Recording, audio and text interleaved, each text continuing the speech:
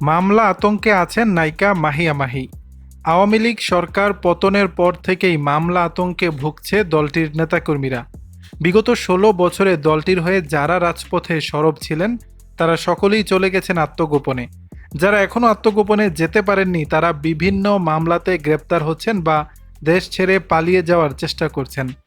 এমন অবস্থায় কয়েকজন তারকার মাঝেও নতুন উদ্বেগের সৃষ্টি হয়েছে, বিশেষ করে যারা আওয়ামী লীগের রাজনীতির সঙ্গে সম্পৃক্ত ছিলেন।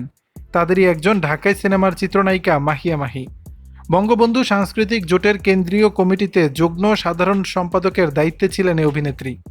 দ্বাদশ জাতীয় সংসদ নির্বাচনে দলটির পক্ষ থেকে মনোনয়নও তুলেছিলেন তিনি। আওয়ামী লীগের বিভিন্ন প্রচারণাতেও ছিল মাহির সরব উপস্থিতি। সবকিছু মিলিয়ে সরকার পতনের পর মামলা আতঙ্কে ভুগছেন এই অভিনেত্রী।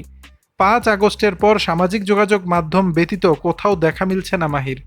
মোবাইল নম্বর কিংবা হোয়াটসঅ্যাপে যোগাযোগের চেষ্টা করলেও সাড়া দিচ্ছেন না। শুটিং ফ্লোরেও দেখা মিলছে না।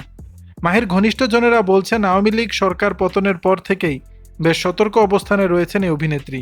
বিগত সময়ে দলটির হয়ে প্রচারণায় সরব থাকায় বর্তমান পরিস্থিতির বিবেচনায় কিছুটা আতঙ্কেও রয়েছেন তিনি।